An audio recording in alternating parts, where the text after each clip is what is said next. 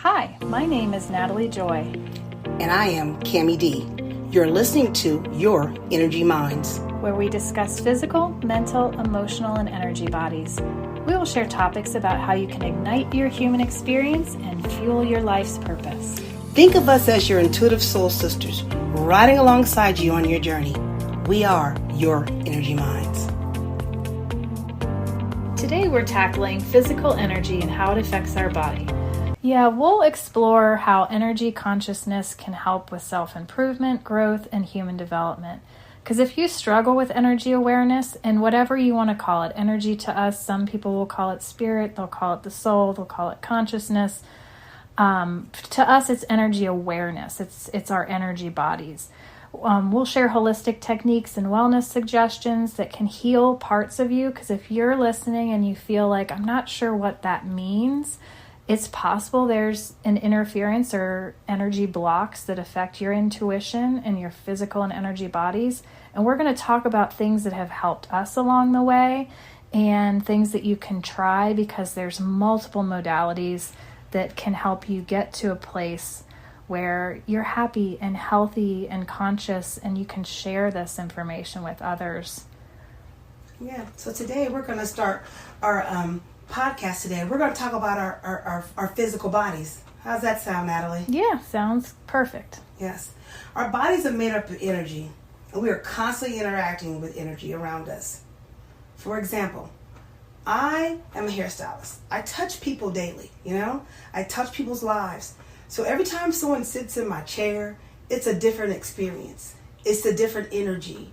It's a different person, and it's unique. So for me, sometimes people will come in and I'm like, no matter how they try to hide it, no matter what's going on with them, as soon as I touch them and we make contact, and it doesn't have to be like touch all the time, but as soon as I touch them, I'll be like, oh, she's having a great day. Or, oh, she's sad inside. Or, oh, he, is struggling. You know what I mean? And so for some reason, because I get to touch and feel their energy, I always sometimes know what to say. Or I'll ask a question so that they can express themselves. Talking and feeling a person and being around a person, sometimes you can help take on some of that energy, You can help take on some sadness. You can help deposit happiness into them. I mean, have you ever gone into a room and you go out there, you walk in, and there's a bunch of people in there, then all of a sudden you're feeling a certain way, and no matter what's going on, there's that person that can lift you up with just a word or a smile. Yeah.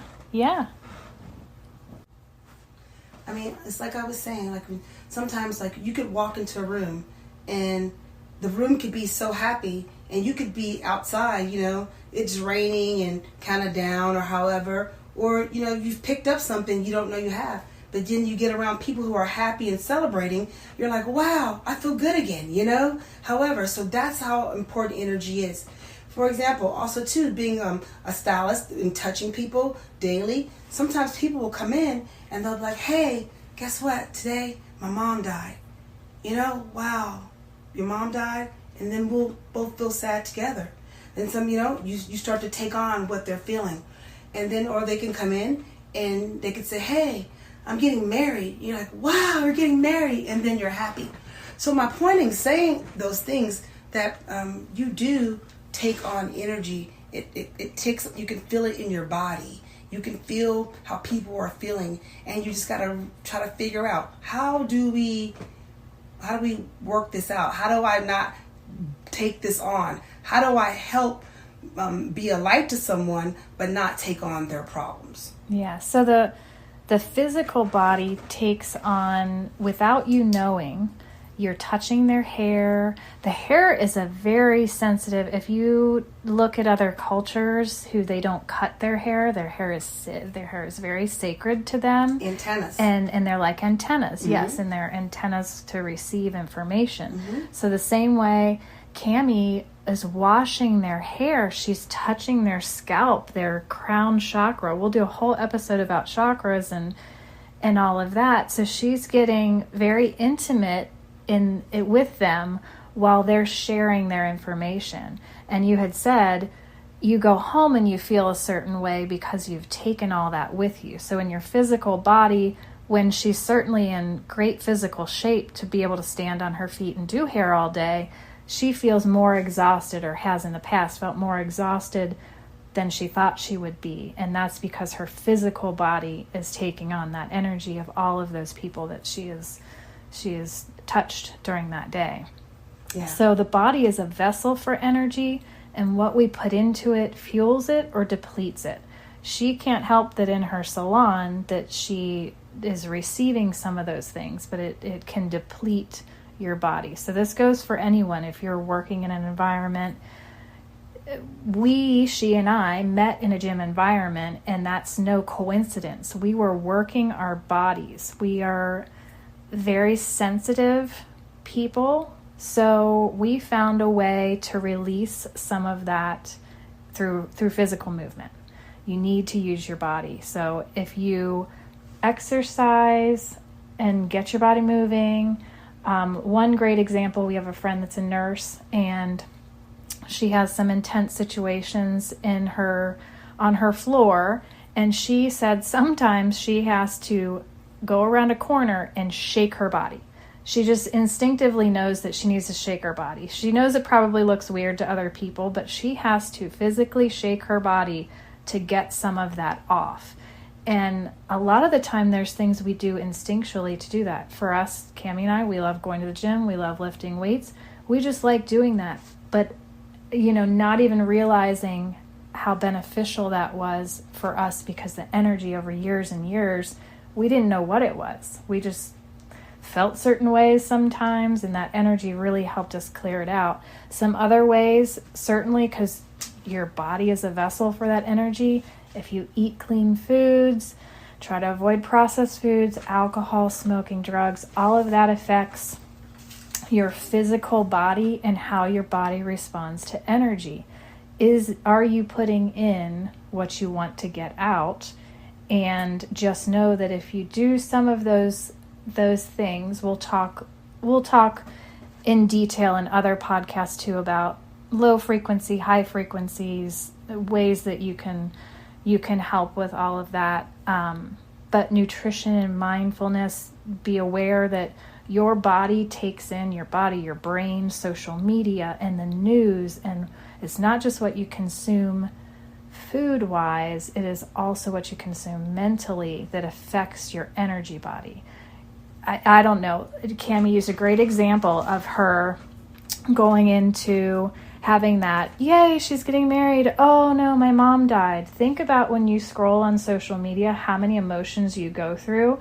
And if you're having a bad day, the kinds of things you think about other people that might not be kind and loving, and that's not who you are, that phone in your hand can be very, very controlling of your physical body energy. So you can control that by limiting it or cutting it out completely. But yeah, you have to move that stuck energy out, is the physical body part. And because I'm a personal trainer and a nutrition specialist and wellness advocate, I have seen with my own eyes for years people change just by moving their bodies. And also too, now let's talk about trauma as children that we've picked up, or things unconsciously that we've picked up through life. We don't know it's there. And once you start to like meditation helps, you begin to meditate, you start to think about those things, and they come back up in life. When you begin to release them in life, that affects your physical body too. So you need to figure out, like, how do I release some of these things, that are holding me down? And sometimes we don't know what they are. So sometimes meditation helps with that, releasing things from your physical body. Yeah, and so some of my favorite things that I've done, that I've had to learn over the years, that I actually just instinctively started doing, but not realizing why I was getting to this point of where I am now, to where I can share all of this, is I went through a phase where I didn't want to be inside. I just had to be outside. Even if it was cold, I would bundle up and just sit outside. I would take my shoes off. I would walk on the ground. I didn't know why I was doing that. I was taking extremely hot baths at night. to the point where every once in a while I would take a bath, but it had to be every single night, and the water had to be so hot my skin was red. To me, it felt relaxing, and later I found out that is actually a way of physically washing the energy off of you. So if you're around heavy energy, or you're feeling something that you just don't feel like yourself, and you're not feeling like the best version of you, sometimes you seek out those things that you don't even realize are soothing to you. Yeah. So even cold showers. Yep. You know, that releases energy too. It's for your body. I mean, I've heard that you can get in the shower, and once you've taken your shower, you kind of turn it down to the coldest temperature you can get it. And it releases things from your body. Just like little tricks, little things to help your body, you know, to release some stress, to release work, whatever it takes to remove, you know, things that hold your body down. Yeah, that silly little, there used to be a commercial, probably dating ourselves, but they would say, wash the gray right out of your hair. Right. And I like to think like washing the bad energy out of my hair and off my body, because you just pick that up and you just build a mental picture for yourself of it going down the drain. It's no longer mine. It's going through the pipes. It's being, you know, redistributed and coming back as light and love. And you just have to find ways for yourself. So those are some of the things that we've done for ourselves that we've noticed really help. And sometimes you just find that driving in your car with no music, sitting in quietness and stillness, don't allow other things to project energy onto your physical body to where you then feel tired, and you shouldn't feel tired. If you've gone through your day and there are things you just probably shouldn't feel tired from, it's like an extra energy drain. Yes, because your mind is very powerful, and you can control so many things with your body, with your mind. So you just need the tools to help you, you know, just like release some of those things. And like we've given you a few examples of some of the things that we do. I mean, there's so much more, but you know, there's a few that we can give you to get started with releasing from your body. And if you find yourself ever at a place where it's not helping, or you're not feeling like it's working for yourself, or you need some assistance, there's lots of healers and practitioners and trainers and fantastic, hopefully, podcasts like this one, and YouTube videos where you can practice things. One that I love that I feel like is really simple to do is a tapping.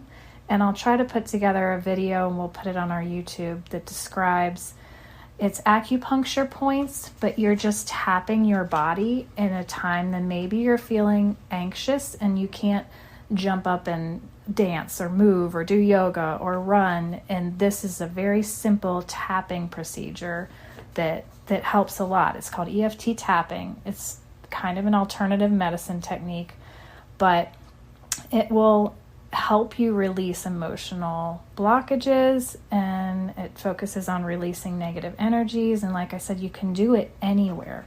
Like I said, my friend can walk around a corner in the hospital that she works and shake her body out, and it helps her. Certainly practitioners can help balance chakras, find out where stuck energy is. We'll get into more detail if you're not familiar with that. And then just talking to your friends, getting it out can certainly help that stuck energy. Write, journal, and that meditation, if you can just sit in silence, can certainly help that stuck energy. Write, journal, and that meditation, if you can just sit in silence.